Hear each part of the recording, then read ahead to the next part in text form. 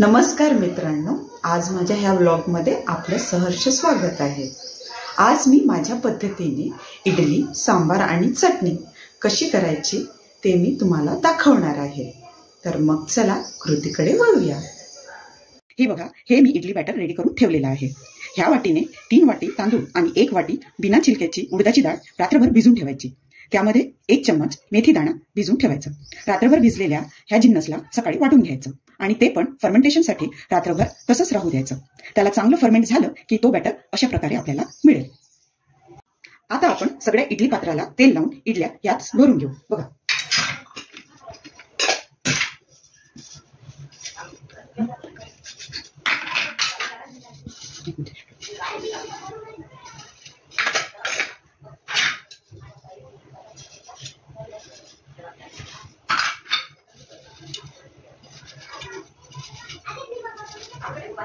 मी पूर्ण इडली पात्रांना तेल लावून घेतलेलं आहे। आता चांगलं मिश्रण भरून घ्यायचं आणि एक एक करून सगळ्या पात्रांमध्ये इडल्या भरून घ्यायच्या। इडल्या भरताना एक लक्ष ठेवायचं की बॅटर थोडं थोडं टाकायचं, कारण की इडल्या नंतर फुगतात, म्हणून त्याला जागा अशी आपल्याला ठेवायला हवी। खूप बॅटर भरलं की इडल्या प्रॉपर शिजत नाही आणि त्या साईज मध्ये पण चांगल्या होत नाही।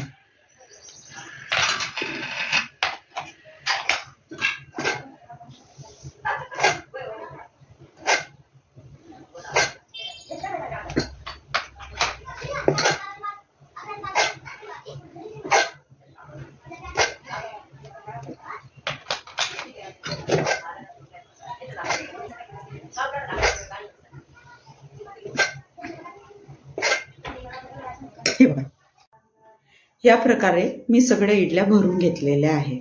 आता आपण याला स्टीमर मध्ये टाकूया। हे बघा, मी एका भांड्यामध्ये आधीच गरम पाणी करायला ठेवलेलं आहे। माझ्याकडे इडली पात्र नाही, म्हणून मी भांड्यातच इडल्या करत असते। हे गरम पाणी झालं की यात मी भरलेलं इडली पात्र ठेवणार आहे आणि यावरती झाकण लावून द्यायचं। आता याची गॅसची फ्लेम कमी करून याला शिजू द्यायचं। एका पातेल्यामध्ये मी तेल गरम करून घेतलेलं आहे। आता यात जिरं, मोहरी आणि हिंग हे चांगलं तडतडून द्यायचं। त्यानंतर आलं लसूणचं पेस्ट,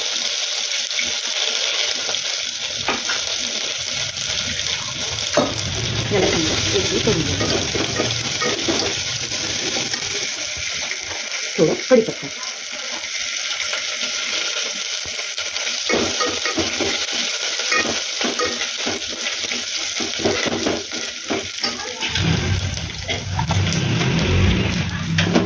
त्याला चांगलं तेलात तळू द्यायचं।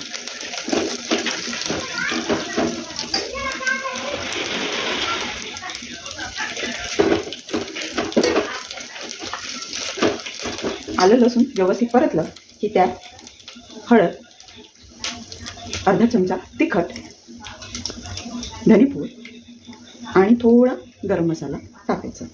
तिखट तुम्ही आपल्या चवीनुसार करू शकता, आम्ही थोडं कमी तिखट करतो। याला चांगलं एकजीव करून घ्यायचं। यात थोडं पाणी टाकायचं, मसाला जळायला नाही म्हणून। तुरीची डाळ ही शिजवून घेतलेली आहे। मी 2 लोकांपुरती होईल तेवढं माप घेतलेलं आहे। 2 वाटी डाळ मी व्यवस्थित कुकरला लावून शिजवून घेतलेली आहे।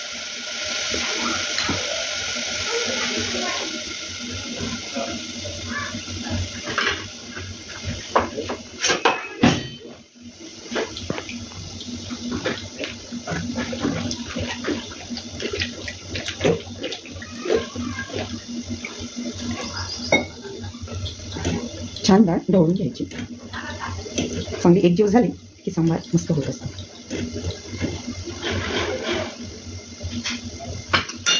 आपल्या इकडे मसाला शिजलेला आहे। आता यात शिजलेली डाळ टाकून द्यायची।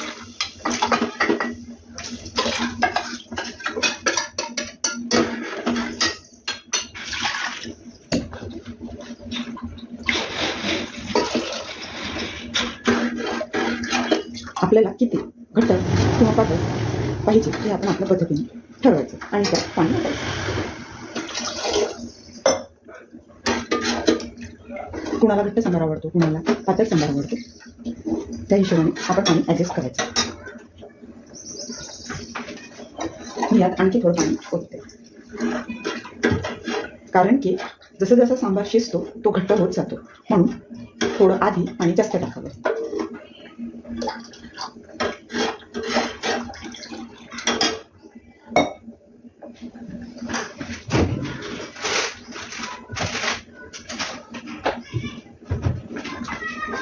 इथे मी एव्हरेस्टचा सांबार मसाला यूज करत आहे.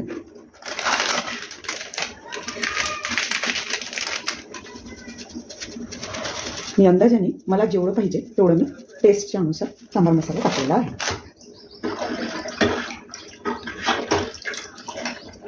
ते छान एकजीव ढवळून घ्यायचं. थोडा आणखी टाकून घ्यायचा, छान फ्लेवर येतो.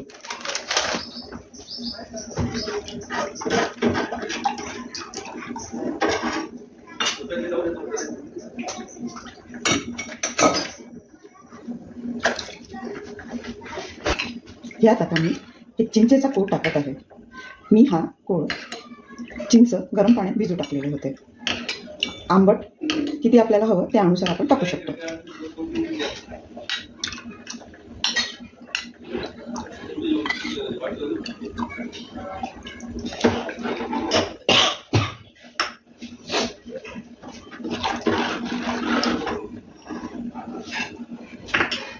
इथे मी ह्या शिजवलेल्या भाज्या आहेत, ह्या मी एक शिटी कुकरला लावून घेतल्या. आपल्या घरात जे पण भाज्या अवेलेबल आहेत त्या तुम्ही वापरू शकता. मी गाजर, बटाटा, कांदा आणि फरसबीनच्या शेंगा वापरलेल्या आहेत. ह्या मी आता इथे टाकून घेते.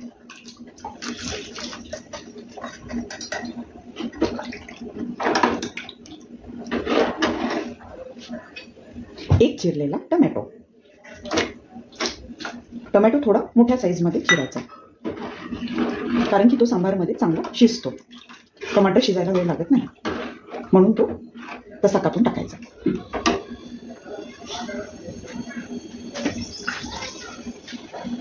आता यात चवीनुसार मीठ.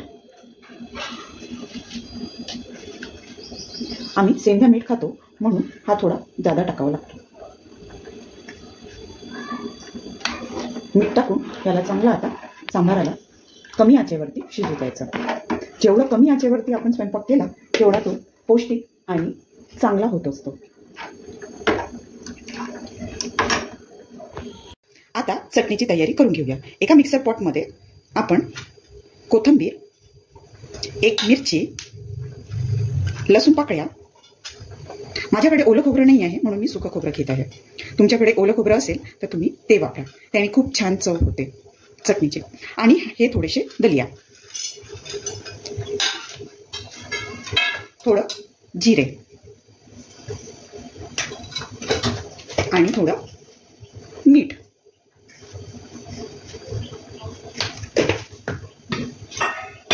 यात थोडीशी दही टाकायचं, याने खूप छान स्वाद येतो.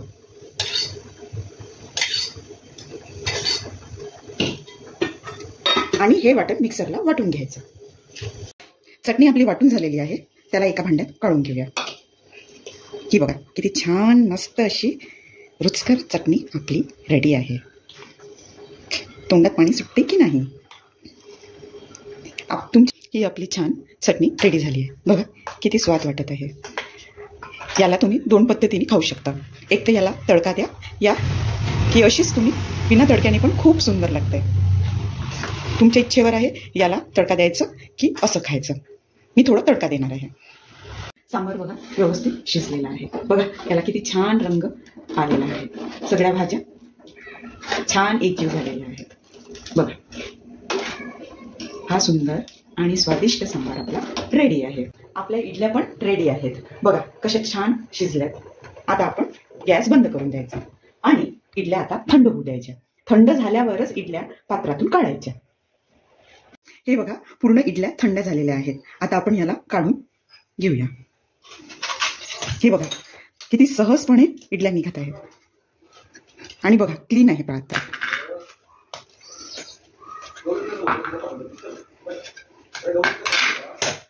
हे